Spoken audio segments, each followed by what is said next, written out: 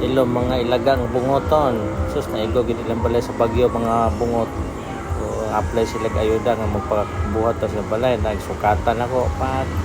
naman diri hagdanan ni Uding. Dahil niya ako nang gamiton manimo na ko balay din ni Christine ang ayohon ka muot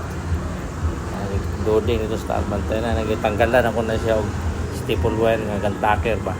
sukatan na ako pag 65 pag squadra na siya gapas na nakabungot gapas para madali na iyahang balay man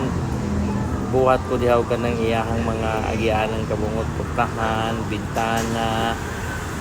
gabas na siya wala na ako ng video kanina gyud sa ako pagbarina pero gamitan ako ng barina para magbuslot kaka na yan ang window yang glass niya ba overlooking na niya gabas ako na pilitan ako na sa kuan plastic glue yan, gabas ko na sa bungot